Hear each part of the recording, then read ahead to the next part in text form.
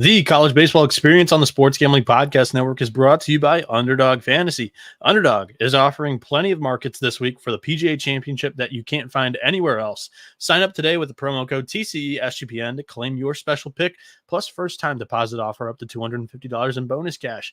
UnderdogFantasy.com, promo code TCESGPN.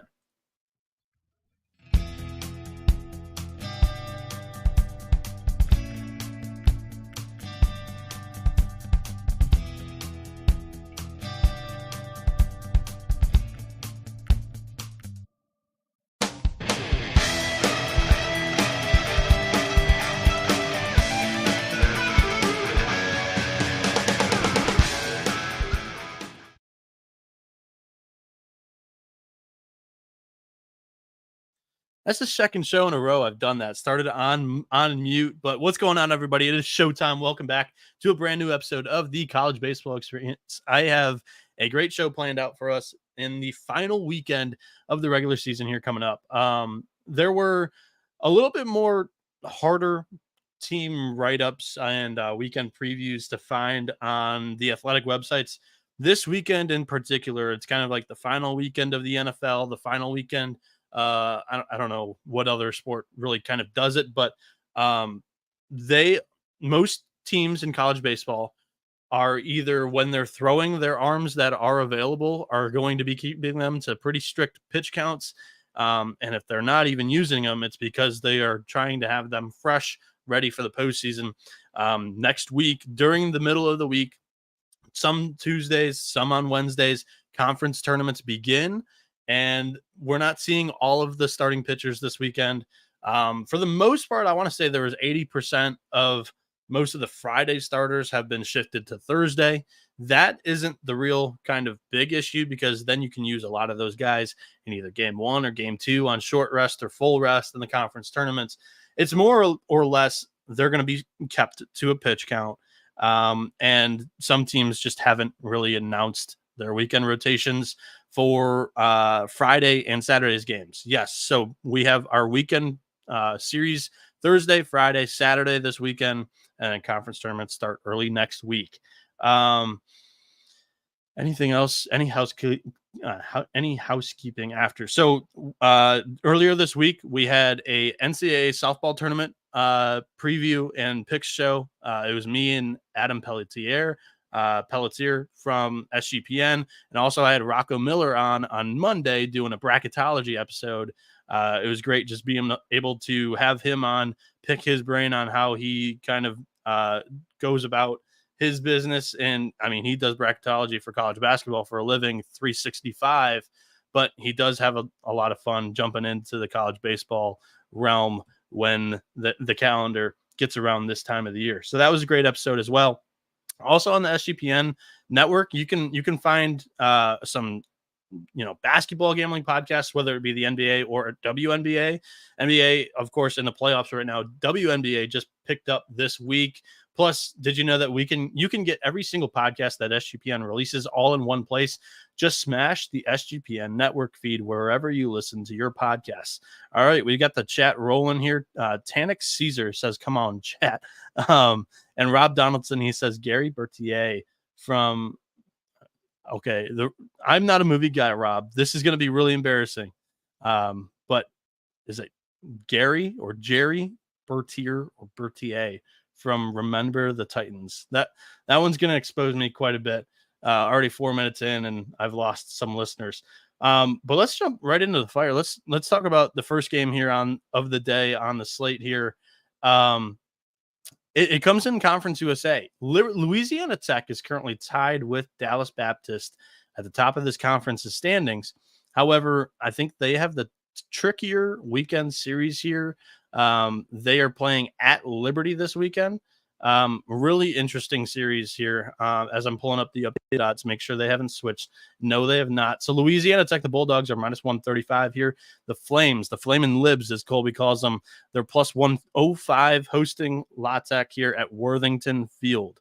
Louisiana Tech is starting Reed Smith. He's a senior right-hander. He's 6-3 on the year with a 5.46 ERA, 67 strikeouts, 14 walks, and 62.2 innings with a 3.05 SIERA.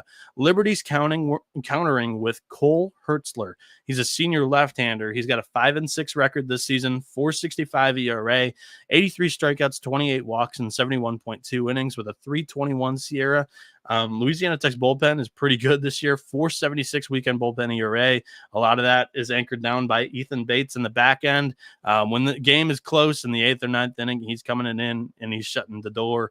The offense, 879 team OPS. It's basically average across the landscape with a 110 WRC plus there, so a little bit above average, but they're 10-10 on the road. Liberty, 6.11 weekend bullpen ERA. They have an 859 team OPS with a 107 WRC plus here, and they're 16-11 at home. I think that Liberty, if they're going to steal one, they best do it here in this game when they've got some of their better options coming out of the bullpen fresh. But on paper, outside of the pens, this is a pretty even matchup. So I'll take the plus money with Liberty, and we'll move on. Rob Donaldson says, "Oh my God, Noah, Denzel, need to watch it." Talking about remember the Titans there.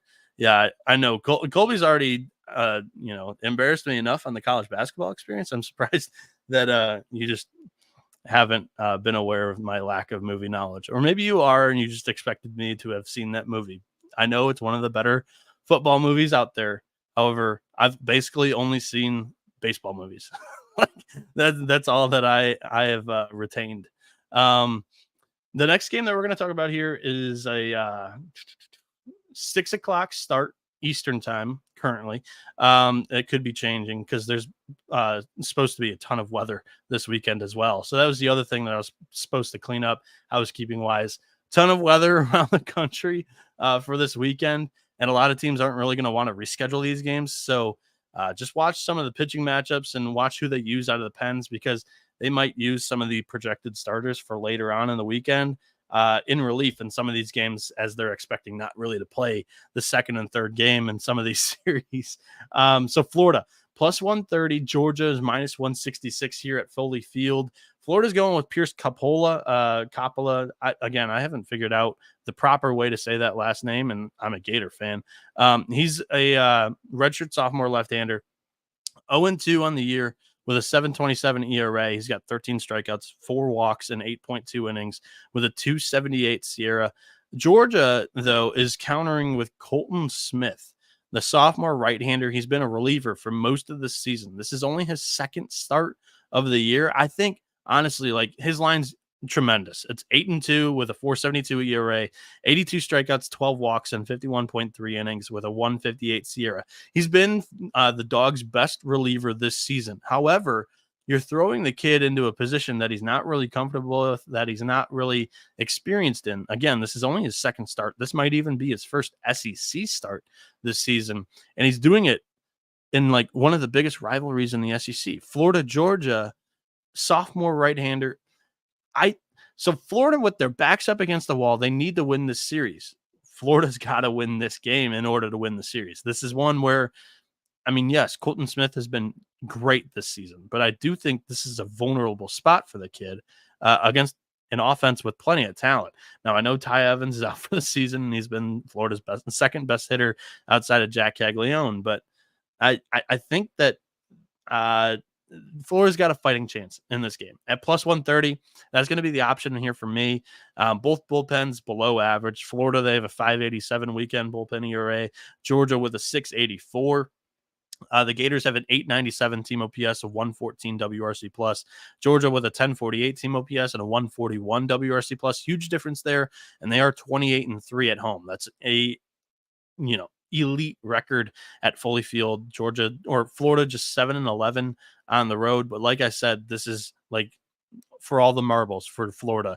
If they don't win this series, if they don't finish the season with a winning record, they are not even going to be considered for an at-large bid. But if they are able to finish the season with a at-large bid, with a winning record, we talked about this with Rocco. They have I think it's their associate AD on the selection committee. Florida's going to get into the field of 64. All right, catching up on the chat here. Sunday Puncher 2009. Thanks for the dedication to college baseball cause. Been great hearing your opinions. I love having you in the chat. This is a Sunday Puncher. You've been a name that I'm starting to recognize here. You were also in there with Rocco, I believe. Shout out to you. Rob Donaldson goes Field of Dreams, Angels in the Outfield, Sandlot, baseball movies easily have the best sports movies. I've heard people say that. To me, like, I feel like some of the baseball movies clearly expose some actors' unathletic ability. That's me just being picky watching the games. But James Roberts says, let's fucking go. Late to the party. You've only missed 2 games. I haven't had a bet yet.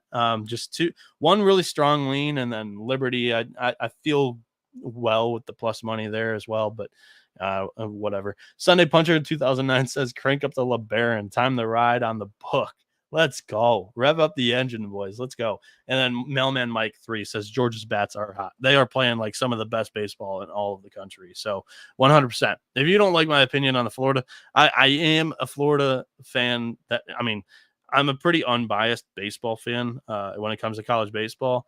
My rooting interests right now have been Eric Bakich, because he was the former Michigan coach. Michigan and Florida, I guess, but it really hasn't been strong with either of the teams. More so just the coach that took my team to the College World Series. That's my rooting interest in college baseball. But me handicapping that team, I try to keep all bias out of it. I just think that's a really, really good baseball team.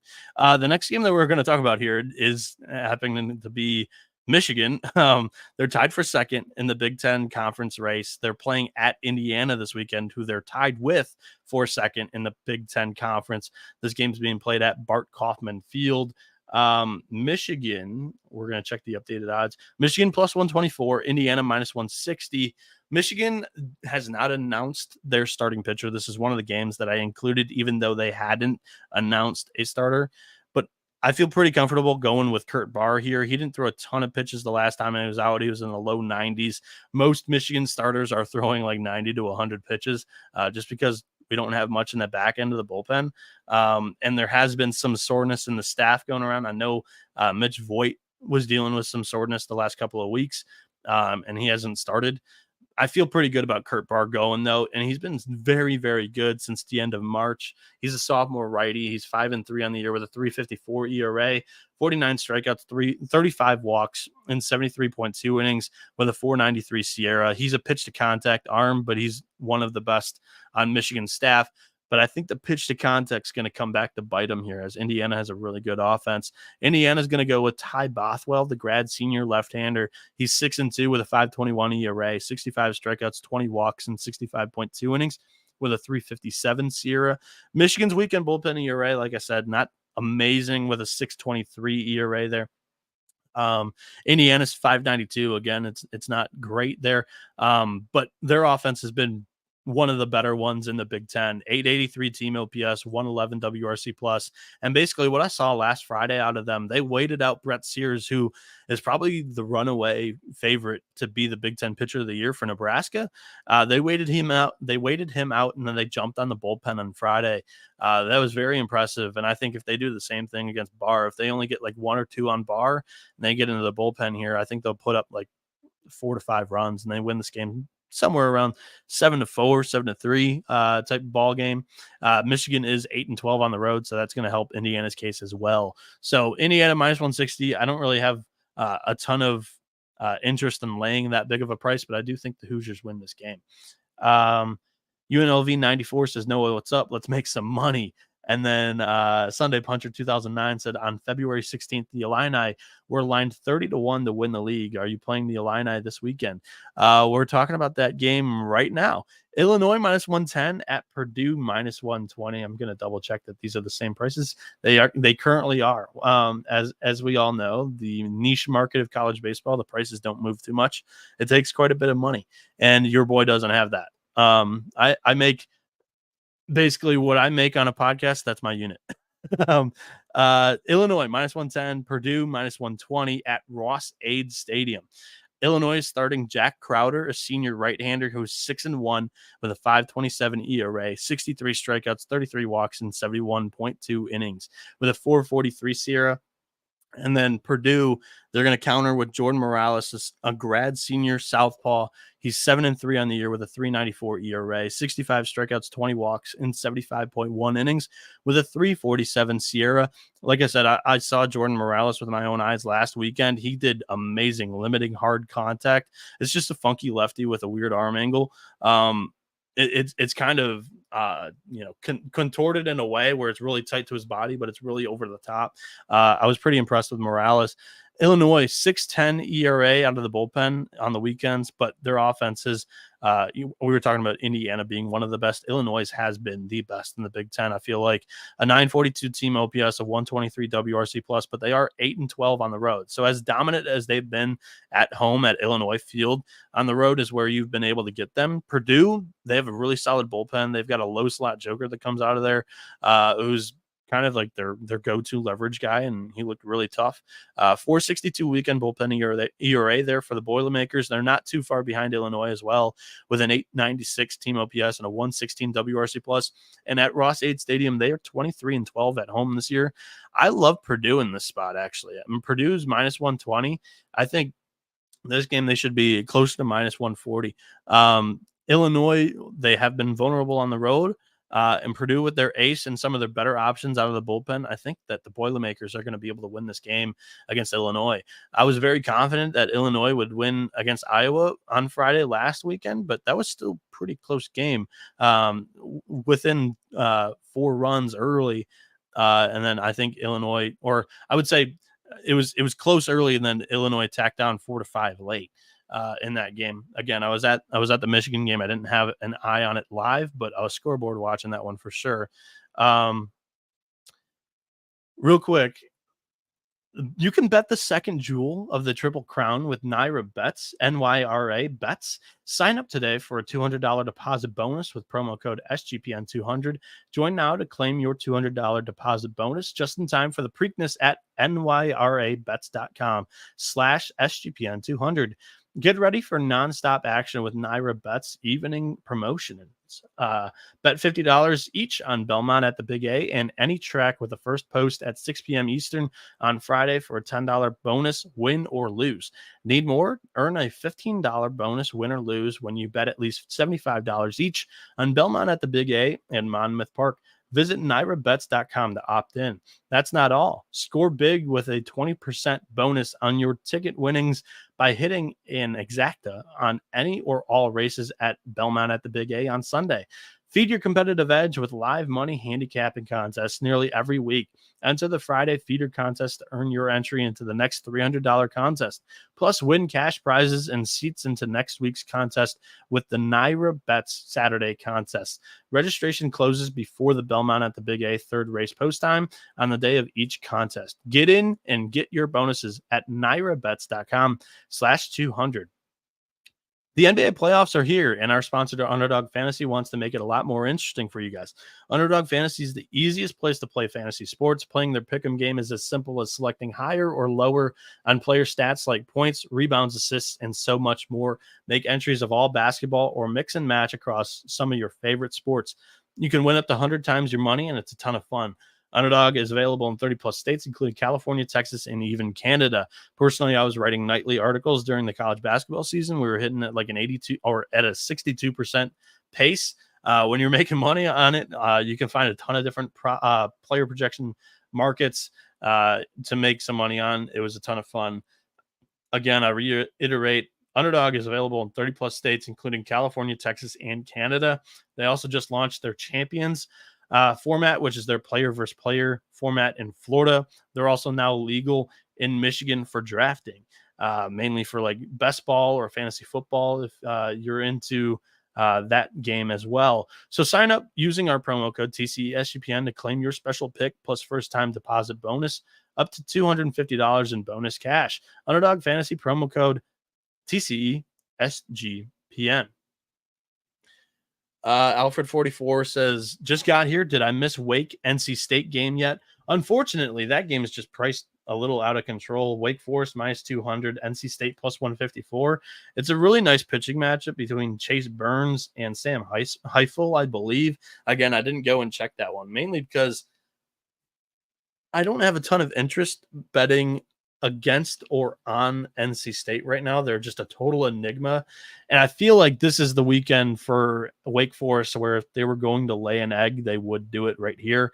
They did it, no offense to you, Alfred, but right after their big series win against Florida State, they went on the road and they dropped 2-3 to Notre Dame. If you can lose a series to Notre Dame, you can lose to anybody in the ACC.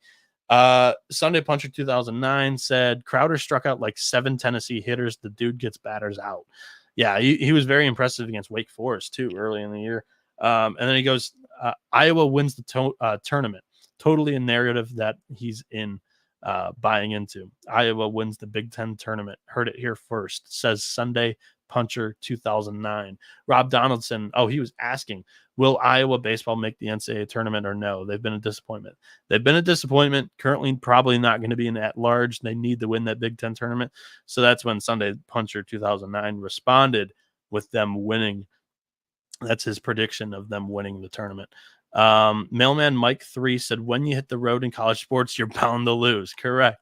Nathan Fisher says Cincinnati series should be fun. Yes, the Bearcats hosting Oklahoma should definitely be fun. On paper, I find it on paper, it's hard for me to find a spot for my Jordan Bischel's Bearcats to win this game. The odds as well, they're not really fun to talk about. Like Oklahoma is like minus 200 something. Oklahoma is minus 250. Like my pick would just be on the plus money with Cincinnati in all 3 games. I think they'll take one of them. And if they take one of them, you'll make your money back. If you do like half units, when you're getting close to 2-1 plus money on every single game, it's a little outrageous for as good as Cincinnati's been playing lately. Alfred 44 says, awesome. Thanks, Noah. So yeah, the last game that we talked about was Purdue. That's my first bet of the show. I like Purdue minus 120 against Illinois here. And I'm going to take you to my next bet of this show.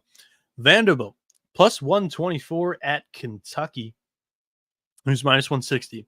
This game is being played at Kentucky Proud Park. Vanderbilt's going to start Bryce Cunningham. He's a junior right-hander. He's 6-3 with a 4.33 ERA, 87 strikeouts, 27 walks, and 70.2 innings with a 2.87 SIERA. On paper, that looks like a great line. Tremendous line. However, when Bryce Cunningham pitches on the road, he has a 9 flat ERA in his road games. 9 flat. In his SEC road games, it's an 11.6, 1160 road ERA in SEC games. And it goes to show, like, right there with him, the offense doesn't travel well for Vanderbilt either. They on the road struggle. Like, not kidding you. I think they only have 2 wins against SEC teams with winning records on the road. Like, when they are playing on the road against teams with winning records in the SEC, they lose. Like, they are not a strong hitting team, and especially when your ace can't pitch well on the road, you're going to lose. So I like Kentucky here in this series. I think they win 2-3. I think they win on Friday for sure. This is a lock for me. Kentucky minus 160. They're starting Trey Poozer, who's a grad right-hander. He's 3-1 with a 4.10 ERA, 57 strikeouts, 24 walks, and 59.1 innings with a 3.83 SIERA. Vanderbilt's weekend bullpen ERA, it's not good either with a 6.37, 8.38 team OPS, 103 WRC plus. So when you have an average team, like when you have an average hitting team and then the bullpen's underperforming, they've got plenty of talent. That's not the question. Vanderbilt's built a pitching factory over there, plenty of arm talent over there, but they're 4-10 on the road total this season. Kentucky, their weekend bullpen ERA has been great. 4.91, a 906 team OPS, 117 WRC plus. They do everything solid. They're not elite really at any facet of the game. They just play hard. They have fun. And they're a fun team to watch. They're 20-6 at Kentucky Proud Park this season. Kentucky is a lock for me here at minus 160. The next game here that we'll talk about, I went to go check the YouTube chat. The next game that on our slate here, this is a fun one. This is the Iron Bowl on the Diamond. You might be saying, hey, Noah, why are you talking about this game? Auburn's already eliminated. Alabama is under 500 in the SEC. Yes, Exactly. This is just an amazing rivalry game. It's the Iron Bowl, like I said, but also it's Auburn's Super Bowl. They have a chance to really fuck up Alabama's season and postseason hopes this weekend, and they're at home. And the odds makers are telling you basically that they don't feel strongly one way or the other. And just being -115 flat for both sides really tells you that they respect the 6-win SEC team that is the Auburn Tigers. And personally, I just need Auburn to take one game. I'm going to whisper this to you. That way I don't jinx it, but I just need them to not get swept this weekend. And then I can cash my Alabama win total under 14.5 wins. Currently, there's 12 wins. I think they're 12 and 15 right now. If they don't sweep, I cash and we go 4-0 on our preseason SEC win total locks. The only place on YouTube, the only place on podcast platforms that's going 4-0. I promise you that. Some may have bet more, some may have bet less. Nobody's going 4-0. I can guarantee you that. So like I said, this game specifically, Thursday night, Alabama -115 at Plainsman Park to play Auburn -115. This is going to be the last 3 games that these Tigers play this season. They aren't going to Hoover. They didn't make the SEC tournament. So they're going to, I think this is a very passionate bunch in the midweeks. They haven't really given up. They've spoiled teams in the midweek. I think they've got a chance to steal one against Bama. I don't know if it's going to be on Thursday, though. With Greg Ferrone on the mound for Alabama, the senior left-hander transfer from Louisville, he's been great this year. 4-2 on the year, 4.22 ERA, 58 strikeouts, 19 walks, and 59.2 innings with a 3.65 SIERA. Auburn's countering with Tanner Bowman. He's a senior left-hander as well. He's 2-2 on the year, 4.84 ERA, 39 strikeouts, 13 walks in 35.1 innings with a 3.26 SIERA. Both bullpens are much below average. 6.31 for Bama on the weekend bullpen ERA. Auburn with a 6.64. Bama's offense has been a bit better this year. 916 team OPS, 117 WRC plus, compared to Auburn's 866 OPS and 107 WRC plus. However, Alabama on the road this season's been 9-10. Auburn at Plainsman Park is 19-13. Again, I think they steal one game. Personally, I'm going to predict that it's game 2. I think Alabama dodges an L when both Ferrone and Ben Hess throw here. Ben Hess looked tremendous last Sunday. Hopefully that kid's figured it out, because that's a guy that he's a big fella. I've been rooting for him for quite a while. And this year just hasn't been his year, but I hope that he figures it out. So I think Auburn's going to win Friday's game. I think they lose Thursday. I think they lose Saturday, but they get the W on Friday. And with that, give me Alabama at -115. I think that's a pretty good value going up against Auburn. But I will say, like, the rivalry factor here scares you a little bit. And also that below 500 record on the road for Alabama scares you a little bit. So that's the reason why I'm not going to bet it. And also, I've already got money on them. I'll take my chances with them just losing one of these games, and then I'm making money. I'm getting my unit back from the preseason. KG 1028. He goes, does he give picks first time here? Yeah, we're picking all of the best bettable games. Like, I'm not giving out like -240 on half of the slate here that's basically offered today. I had to cross out like 6 or 7 games that just plain out aren't simple to bet. Sunday Puncher in 2009 says 83% of the bets in the state of NY are on Alabama. I think so. Like, it should be. Like, they're -115 against the worst team in the SEC this season. That is the smart bet. If you want to play Auburn, you have to wait. Like, if you wait it out, you'll get the better price close to the first pitch. Right now, anybody who's sharp betting college baseball and they're not afraid of the rivalry angle or the losing record on the road with not a great bullpen, you would be betting this right now at -115, because it's only going to raise, or it's only going to rise. Nathan Cerna says only gems from SGPN, and shouts to Bieniek and White Tiger. For those tuning in, White Tiger is Colby's son. That's his moniker that we've given him.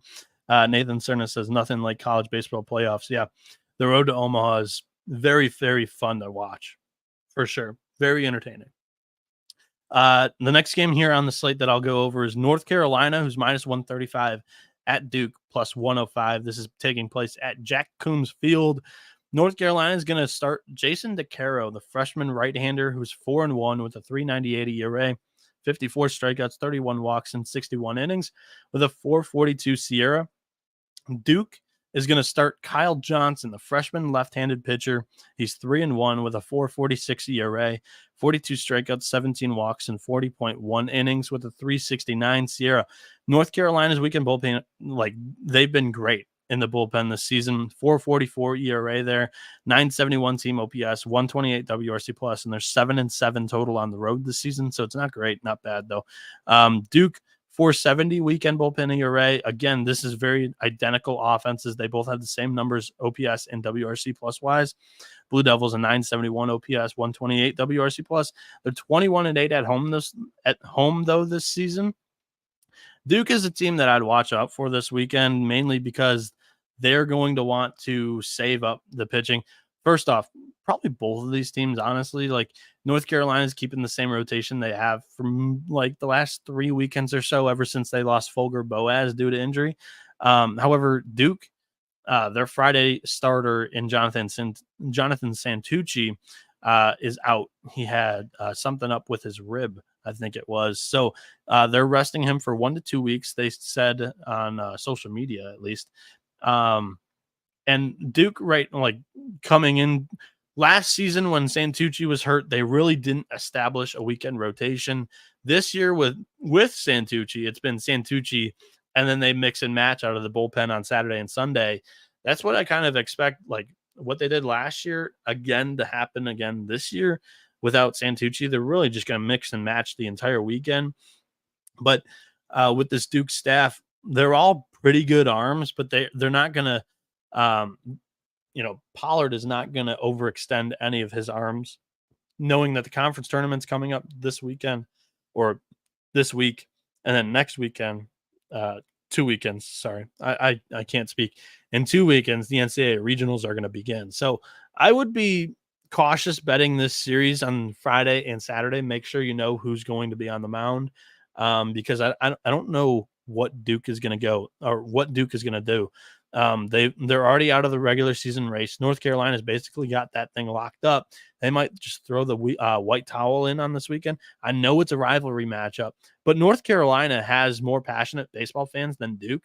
They are going to have this place filled up. It's going to be 50-50 Tar Heels fans, maybe even more than 50% Tar Heels fans. It's only a short jog down Tobacco Road. That's just the rivalry in baseball. Duke's just not quite as passionate as North Carolina. Students are out. It's basically like who has the more passionate fan base without the students. It's North Carolina by a long mile. And that's kind of why some of these rivalries at the end of the year, or just like the really good matchups at the end of the year, they kind of lose their luster. So North Carolina, Duke, it's a great rivalry. However, I just don't think this would have been as fun as it could have been 3 or 4 weeks ago. With the students there, with both of these pitching staffs healthy, or as healthy as they could have been.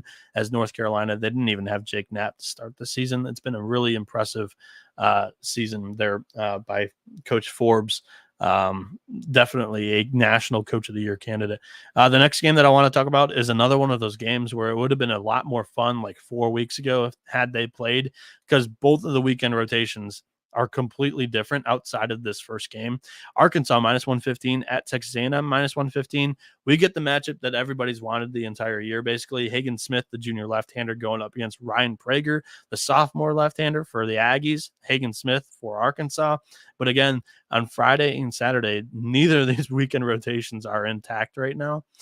Whether it be due to current performance of some of those starters, or due to soreness or injury, or just precaution for innings on some of the arms, they aren't throwing some of the normal starting pitchers. However, this game should be fun. Expect Hagen Smith to be kind of around the 75-80 pitch range. That's kind of what Dave Van Horn does with his arms around this time of year going into the NCAA tournament. I don't think he's going to overextend Hagen Smith. He's 9-0 on the year. It's been incredible with a 1.65 ERA, 136 strikeouts, only 29 walks, and 71 innings with a 0.89 SIERA. Ryan Prager for Texas A&M. He's 8-1 with a 2.71 ERA, 95 strikeouts, 12 walks, and 69.2 innings with a 1.66 SIERA. And the bullpens, both are elite, like some of the best bullpens in the country. Arkansas 3.87 weekend bullpen ERA, Texas A&M 3.48. However, the big difference here is the offenses. Texas A&M 1,009 team OPS, Arkansas 833 team OPS, Texas A&M 135 WRC plus, Arkansas 102 WRC plus. And the Hogs are only 7-7 away from Baum Walker this season. Texas A&M, they're 21-8 at Bluebell Park. For me, I think a lot of the panic around Texas A&M has been a little bit overblown. They lost 2 straight weekend series. It happens. It wasn't against great competition as they lost to 2 bottom feeders currently in the SEC. And I say that lightly because they're still great teams. And when you hit the road in those 2 electric atmospheres, you have the chance to lose a series. And that's what Texas A&M did. I'm not pressing the panic button on these Aggies. I'm actually betting. I'm pressing that bet button here on Texas A&M minus 115 against Hagen Smith. We saw Hagen Smith and this Arkansas team really vulnerable against Mississippi State last weekend at their home ballpark. It was a very close game, all 3 games actually, against Mississippi State. And Mississippi State doesn't have the electric offense that the Aggies do. I think that Texas A&M is going to really, if it's not, touching Hagen Smith up with 3 to 4 runs, I think this offense really is going to take advantage of a pitching staff that is being very, very cautious this weekend. Again, for those that don't know, Mason Molina and Brady Tiger are not starting games this weekend. So Gage Wood is starting Friday and they have a TBA on Sunday. They have no idea what they're going to be doing with the pitching staff here. For me, this is also another game with weather. So I think when you're probably facing both teams' best, give me the offense with all the firearms that they're throwing out of both bullpens, with the possibility of this being the only game this weekend due to the weather. I really like the A&M offense compared to Arkansas. So at minus 115, I'm betting A&M this weekend. Checking up on the chat here. Nothing new. We'll keep zooming by here at 1:14 a.m. The next, or actually, you know what? I gotta talk to you guys about Game Time because, if you've ever been frustrated looking for last minute tickets for an MLB game or any sporting event out there, look no further than Game Time. Game Time is now an authorized ticket marketplace of Major League Baseball, which makes getting tickets even faster and easier. Prices on the Game Time app actually go down closer it gets to first pitch, with killer last minute deals, all-in prices, views from your seat, and their lowest price guarantee. Game Time takes the guesswork out of buying MLB tickets. Personally, I used the Game Time app to go buy MLB tickets when I saw Jack Leiter make his MLB debut in Detroit against the Detroit Tigers. And it was hassle-free. I got the in-the-door price, and then with the Detroit turnout, with crowds right now for the Tigers, I was able to go straight down. I didn't even really go sit at the seat that I bought. I went straight down to the lower grandstand area and enjoyed it on the first base side with Jack Leiter pretty much, like 25 feet away from me.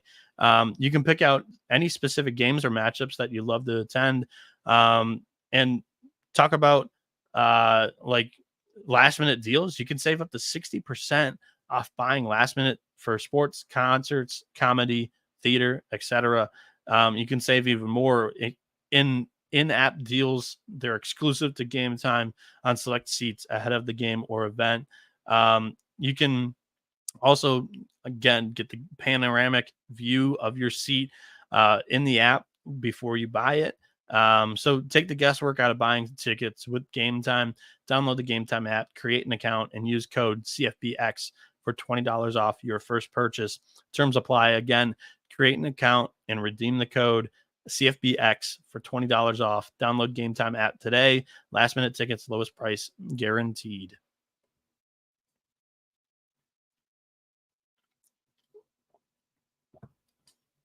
All right, we're back here on the college baseball experience. Last game that we just talked about was the big one this weekend. Ryan Prager against Hagen Smith, Texas A&M against Arkansas. I'm betting the Aggies here on Thursday at -115. And next up, let's talk about the Jayhawks. They're traveling down to Austin to play Texas. Kansas is +140. Texas is -180 here at Dish Falk Field. Texas has an inverted rotation. I think I've said that a lot lately on this podcast. Like, when you want to bet a Texas series, bet on them later in the weekend, bet against them early in the weekend. Kansas Reese Dutton has been one of the better pitchers in the Big 12 this season. He's a junior southpaw, 7-4 with a 3.50 ERA, 70 strikeouts, 28 walks, and 74.2 innings with a 3.86 SIERA. He's going to face Charlie Hurley, who hasn't started a weekend game recently, I don't believe. I haven't seen his name in the projected probable pitchers in the last few weekends. He's 5-0, but it's a 6.14 ERA. He's a sophomore left-hander. He's got 28 strikeouts on the year, 24 walks in 34.2 innings, and he's got a 4.15 SIERA there. So, I love the starting pitcher matchup here. And both offenses are pretty similar to each other. Kansas 911 team OPS, 117 WRC plus. Texas 912 team OPS, 114 WRC plus. Kansas winning record on the road, 8-7 there. In Texas, they're not incredible at home. They're 21-14. That's quite a bit of losses. One of the more inflated loss records at home that I've seen handicapping most of the top tier teams this season. The only question mark that you can circle in a game like this early on in the series is Kansas with a 5.76 weekend bullpen ERA compared to Texas 5.04. Texas just has much more talent than a Kansas team like this. This Kansas team is basically like a JUCO all-star team. However, with Reese Dutton on the mound, you're not going to use that bullpen as much. Give me, the coin flip when it comes to the offensive side of the ball. We've got a starting pitcher advantage here, and we're getting a +140 price. So give me Kansas here in this game. We'll move on to, in my opinion, the biggest series this weekend, mainly because you don't have all the distractions of conference tournament coming up. This weekend, there won't be any pitch count limit in this game. Aiden May makes his return to Arizona, to Tucson, High Corbett Field, Oregon State, -130, Arizona, +100. Aiden May, again, pitching for Oregon State against the team he transferred away from, Arizona. Aiden May, the junior, is 5-0 with a 2.77 ERA, 61 strikeouts, 15 walks, and 51 innings. He's got a 2.70 SIERA. He's facing Arizona's Jackson Kent, who's a sophomore left-hander, 3-2 with a 3.12 ERA, 81 strikeouts, 23 walks, and 78 innings with a 3.23 SIERA. Earlier today, there was a beat reporter that tweeted out Chip Hale, the head coach of Arizona. Chip Hale's response to somebody asking him about his thoughts on Aiden May's decision to transfer after last season, because May will start on Thursday against him. Chip Hale responds, and this is my guy. He came from the Detroit Tigers organization. He was the hitting coach for us. Ever since we left him, our offense has been shit. So he does a great job at what he's doing, and he's got he's got a head on his shoulders. Chip Hale says, it wasn't a huge surprise for me because I had heard rumors during the year that he was thinking about transferring. He really wasn't good at hiding it. When we had our meeting at the end of the year, I was a little surprised he didn't tell me then. He actually waited to the last second of the portal closing to get in there. I had a good idea where he was going to end up as well. It's just the new way of college sports. So Chip Hale has had this day circled on his calendar for quite a bit. He's ready to face Aiden May. I mean, if anybody's going to have a scouting report on his former player, it's going to be this team. It's going to be the offensive-minded head coach. Their offense hasn't been amazing this year. It's an 828 team OPS, 100 WRC plus. That's an average par for the course in the NCAA landscape. However, the bullpen has been great. 4.29 weekend bullpen ERA. They're 18-7 at home. The one question about this Oregon State team is how good are they when they leave Goss Stadium? They're 9-10 on the road this season. The offense is legit. It's 1,009 team OPS, 135 WRC plus with a weekend ERA for the bullpen of 4.10. However, the below 500 record on the road, I love Arizona. I think this is a huge get up spot for Arizona. They have a chance to, one, spoil their boys' return back to Tucson, and two, clinch the conference tournament, clinch the conference regular season championship against the kid that transferred away from them. There's no better fuck you than right here, right now. So Arizona at plus 100 is going to be the pick for me here in this game. We're going to finish off with the last straight pick for the day. Utah at USC, technically at USC, but this is being played at Great Irvine Park here. As we all know, USC redoing or just revamping their baseball field on campus. So they're heading over to UC Irvine to play this game. And I think Utah is going to win this game. Minus 105, this is a bet for me here. Bryson Van Sickle, the senior left-hander, is getting the nod. He's 4-1 with a 2.80 ERA, 58 strikeouts, 18 walks, and 80.1 innings with a 4.02 Sierra.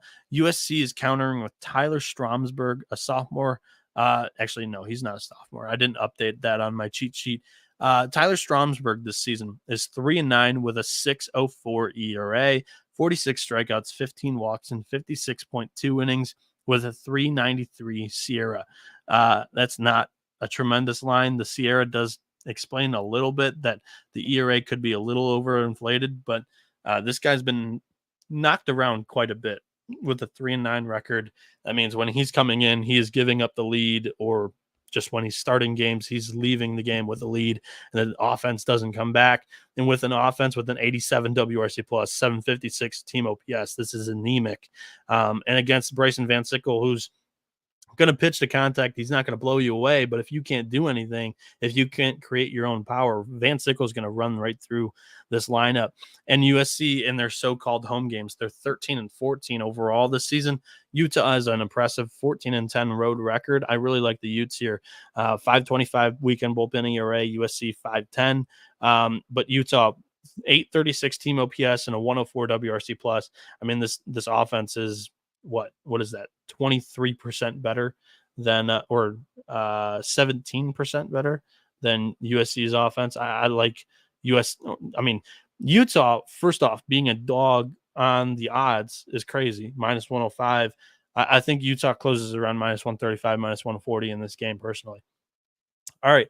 Iveta in the YouTube chat says she can't wait for the podcast parlay. Honestly, I don't feel like I've done as well on these podcast parlays as I did last season. Last season, they were money. This season, there's just not. Last season, I called it the Ace Day money line parlay. There's just not as many like true aces this season. So you really kind of have to be careful picking your spots. I have a minus 125 money line parlay that I feel really good about this weekend after saying all of that. We're going to run it back with finally Mississippi State back home here with Cal Steven on the mound. Missouri, so I talked about it with Auburn, how it's basically their Super Bowl in the Iron Bowl, playing against their rival. They're going to give it all they've got, and they have performed well in the midweeks, and they showed fight against this Missouri team. They took 2 of 3 in Como on the road.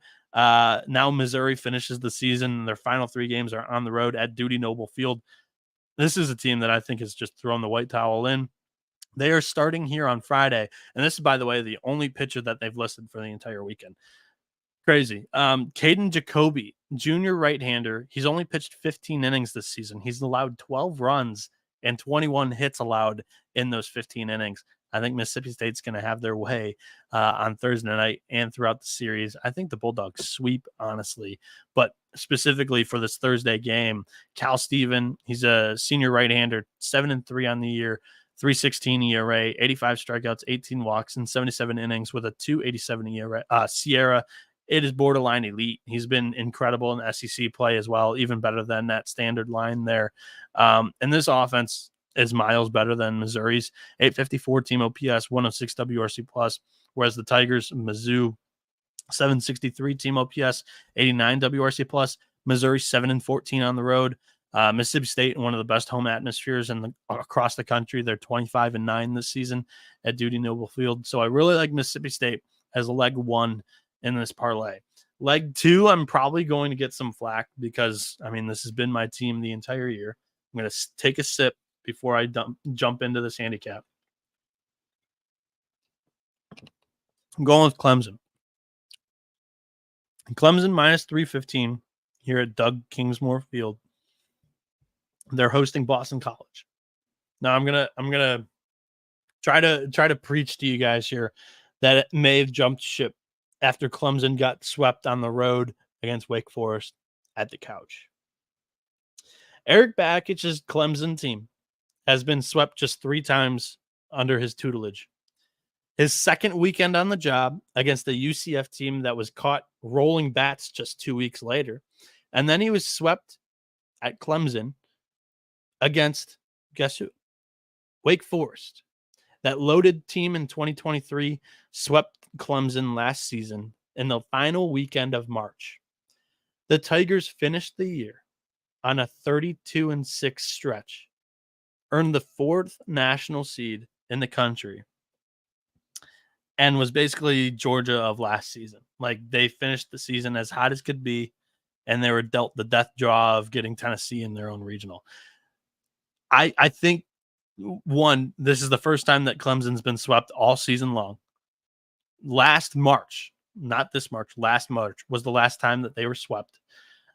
This is actually like their second series lost this season for Clemson, I believe. I think this team is ready to bounce back. And being here at home where they're 26-6 on the season, Clemson, much better offense, 904 team OPS, 114 WRC plus, whereas Boston College, 797 team OPS, 96 WRC plus. I'm taking Clemson. I'm putting my faith behind this Tigers team that I've been very confident in this season, outperforming their projection, which they already have. Clemson's bullpen has been the one thing that's held them back in recent weeks with a 5.71 bullpen ERA, and that's been a little bit worse as of recent. But Boston College, they've got the same issue and even worse. 7.72 weekend bullpen ERA there. And this is the final. I think Boston College currently would be missing the ACC tournament. Don't book me on that. I think they're missing the ACC tournament if the season ended today. This could be John West's final outing as Boston College Eagle. He hasn't had the greatest year. Last year, he was outstanding, and basically this kid's like a legend in their program. He's battled a lot of personal life issues, and they hold him like higher than thou in Boston at Boston College. But he's 1-4 in the year, 5 flat ERA, 59 strikeouts, 28 walks, and 72 innings with a 4.28 SIERA. Again, like I said, it's not an incredible campaign that he's put together here in his final hurrah, unless he takes like a grad year somewhere.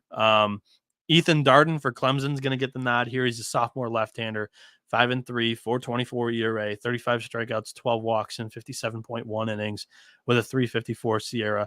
Like I said, I just feel really confident in this team bouncing back like they did last year after they got swept by Wake Forest. They finished the year on a 32-6 record, or they had a 32-6 record after the weekend. They were swept by Wake Forest to finish March. Last year, you could say they got hot at the wrong time.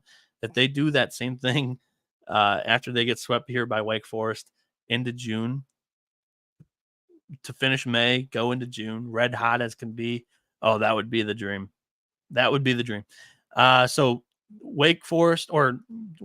See, I got Wake Forest on the mind, which they were my team last year. Like I know, I like to think I know what I'm talking about. Mississippi State, leg 1, Clemson, leg 2. That comes out to a -125 money line parlay.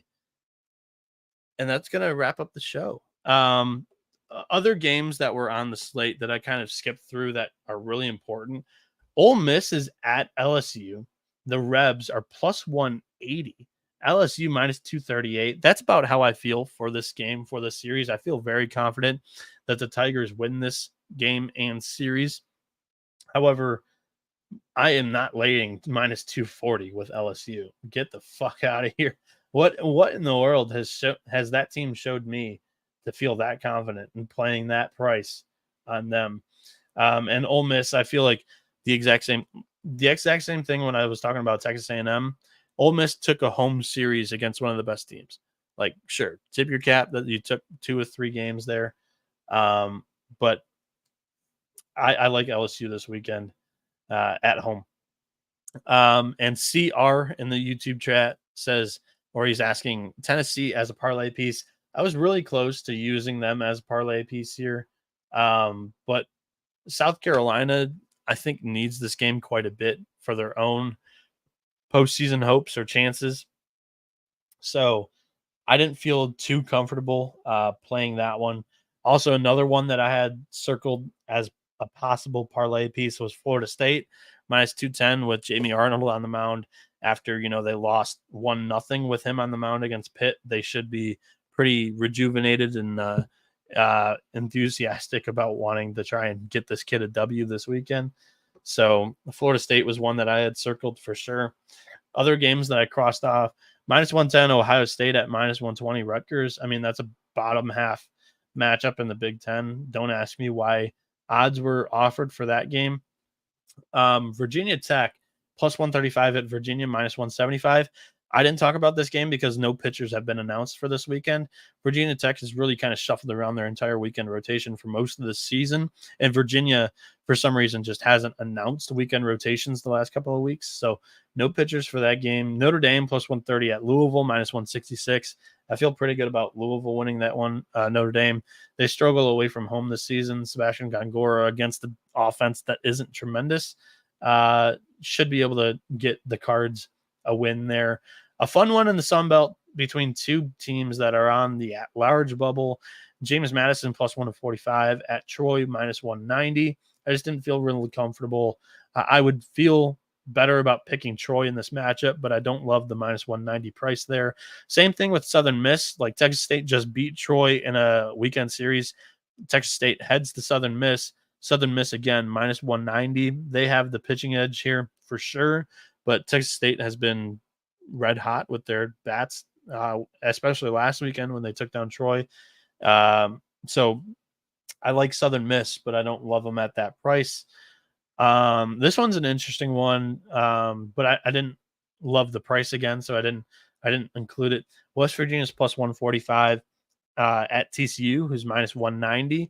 I didn't check to see if he's starting, but Peyton Tolley has been the Friday night starter for most of the season. He didn't pitch last weekend. His mother, unfortunately, passed away from, I believe it was colon cancer. So, like I said, I tweeted out, like, as soon as I heard the news, like, thoughts and prayers to that kid, going through a ton. But on senior, like, it's not going to be TCU's senior day, I don't believe, but it's like his last time pitching for TCU. He's going to have some, third party extra help from above. He's going to absolutely deal against West Virginia. West Virginia and the Mountaineers are walking into a buzzsaw there on Thursday night if Peyton Tolley's on the mound here. Another Big 12 matchup that I didn't love the price on was UCF on the road, minus 170 against Baylor, plus 135. Marriott has given Baylor some fighting chances in some of these game ones of their weekend series. So, again, I don't love the UCF price. I think they win the game, but I think it's going to be closer than it should be. Stanford minus 110 at UCLA. I think the Cardinal have the much better offense, and that should play here against UCLA, but didn't feel like that one was worthy to go in depth on in matchup on this show. Washington plus 130 at Cal minus 166. The Golden Bears have been red hot lately, and Washington has figured out how to play offense recently. So that one was a game that I didn't really feel comfortable either side, just because the price was a little bit too rich for me. Cal does the opener in game one of their weekends, and then the last one I kind of already touched on during the show, Wake minus 200 at NC State plus 154. NC State's just the biggest enigma to me this season. So, catching up on the YouTube chat before we end the show. Sunday Puncher in 2009 says, any angle on Liberty or Pitt. I like Liberty in their matchup against Louisiana Tech. I didn't feel like amazing betting it, but I would say if they win one game this weekend, which I feel comfortable or confident that they do, that they're going to spoil Louisiana Tech competing for the Conference USA regular season championship. I think they take this one. And then he's also asking about the Pitt game. They're at Miami. The Hurricanes are a much better team when they're at Mark Light Field. And Pitt usually they play spoil. Like Mike Bell, the head coach, I'm not a huge fan of at Pitt, but he was a Florida State guy. They always spoil Florida State year in and year out. They play well against Florida State. I think this is the letdown weekend personally. They could steal one, and Ryan Andrade had a great start last weekend. That was like the first time I've seen him string together like 7 or 8, whatever he did, 7 innings, I believe, in an outing. That was like the first time I've seen that from him all season long. And Pitt is a team that I like to pay attention to a little bit as I went to college in that city. Sunday Puncher 2009 says Arizona State or UCLA. I would feel much better about Arizona State. They're hosting Texas Tech this weekend. I would feel much better about them personally. Nathan Fisher says I like the Raging Cajuns. Louisiana. They are minus 200 at home against South Alabama, plus 154. Again, like for me, playing them straight would be a stretch. Anything over minus 180, I'm not too comfortable playing straight, to be honest. I like to just throw them in a parlay. So if you don't like the Clemson leg or you don't like Mississippi State, throw that into the parlay. I think that one is great if you like Louisiana there. Personally, I didn't check the pitching matchup in that game. It would have taken me too long to prep for this show. As it is, I started recording at 12:35 a.m. But they've kind of shuffled around their weekend rotation. They didn't start the same guy. They didn't start Herman in back-to-back weeks. So I don't know if something's up there. That'd be my only question mark before I play that.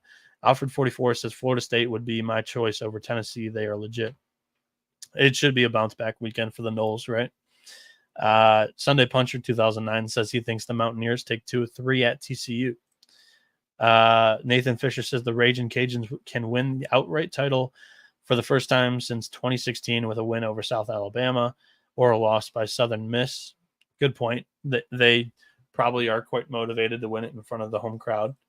Alfred 44. Actually, Louisiana is going to be bustling this weekend. So Thursday, they've got the home game against South Alabama, but they're also hosting the regional in softball. So Lafayette's going to be going crazy this weekend on the diamond.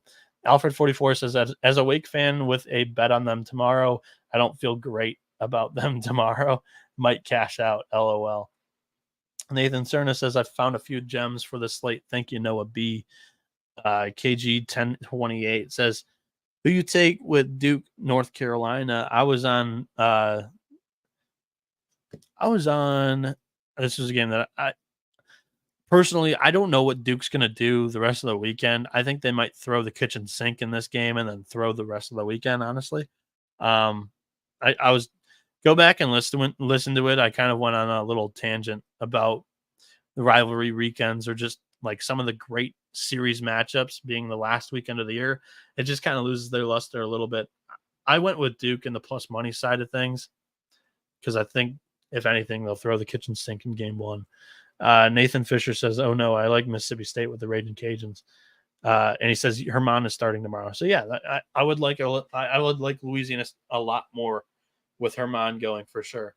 I do think he's their best arm and has been for most of the year. I don't know why he didn't start game 1 last weekend. But, yeah, Herman with UL is great. Great look there for sure. That's going to do it. Great participation from the chat today. Loved it. I went a little bit earlier, so we had quite a few in today. 114 congruent. I think that's using the word correctly. Currently, we have 20 watching live on YouTube at 1:40 a.m. Respect to all you guys. Thank you for tuning in to this episode of the College Experience. I'm planning on doing one episode for Friday's games, Thursday night if odds come out for Friday's games. However, Friday and Saturday, I'm heading west to Grand Rapids to help one of my best buddies move in. And it's also a housewarming kind of party or whatever. So I'm helping him move in. From there on out, I am home. I'm doing nightly shows, picks wise, giving out picks here on the College Baseball Experience. The only podcast that you're going to see that, and it has been for the only, this is the third year running that we're going to be doing this daily picks shows for the conference tournaments. Last year we didn't do as well as the first year. We made a shitload of money conference tournaments and NCAA tournaments. Last year we made 20 units only in the NCAA tournament. I think we lost like 2 units or 5 units or something like that in the conference tournaments. It was an amazing conference tournament last year. However, the only show that's going over every single game during conference tournament week here on the College Baseball Experience. Evetta says, thank you, Noah. Nathan Fisher says, you will not take our coach, LOL. He was talking about Michigan tomorrow and go Bearcats. So he's a Cincinnati fan, I assume. Talking about Jordan Bischel. Danny Dumbshit says, Noah, you're an amazing specimen of Michigan generosity.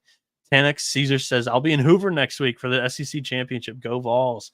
Yeah, I'm rooting for the Vols. So I got the Vols at plus 800 to win the SEC regular season title. I'm hoping they sweep and Kentucky drops 1. Then they'll have the head-to-head tiebreaker, and I can cash that 800 to 1, or not 800 to 1, plus 800, 8 to 1 ticket on the Vols winning the regular season championship. We were on the Vols, baby, and we also hit that. That was my biggest position in the preseason was their win total, and that crushed with like 7 games to go, 8 games to go. So shout out to the Vols, my team this year. Loved it. Sunday Puncher 2009 says, I'll be at the St. John's Georgetown game tomorrow. Holla at your boy. So yeah, if you're going to the St. John's Georgetown game, hit up Sunday Puncher. But that'll do it for me on this show here. Thank you all for tuning in. You've been listening to the College Baseball Experience. You better start thinking about yours. Adios, amigos.